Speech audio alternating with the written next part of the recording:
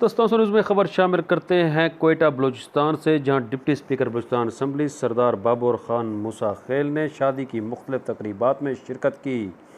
पहले वो शेख याया खान मंदो खेल की शादी की तकरीब में पहुंचे और उन्हें ज़िंदगी का नया सफ़र शुरू करने पर मुबारकबाद पेश की। इस मौका पर वज़ीर आला बलूचिस्तान के coordinator Bilal Khan Kakar, Sardar Khushdil Khan Loni, assistant to वज़ीर आला Balochistan Malik Adil Khan Bazai, MPA Mubeen Khan Khilji, Wadera Sherbaz Marri, Haji Ghafoor Khan Khilji, engineer Malik Faheem Zeb Khan, engineer Ali Ahmed Khan Khilji और दीगर कबायली शख्सियात ने भी याया खान मंदो खेल को शादी की मुबारकबाद पेश की। बाद अज़ां डिप्टी स्पीकर बलूचिस्तान असम्बली सरदार बाबर खान मूसा खेल डॉक्टर हयात खान की शादी की तकरीब में पहुँचे और उन्हें भी मुबारकबाद पेश की।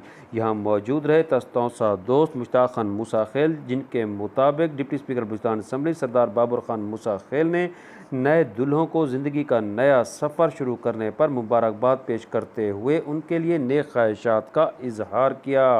मुश्ताक खान मूसा खेल के साथ सुहेल शहजाद, तस्तौसा न्यूज़, कोयटा बलूचिस्तान।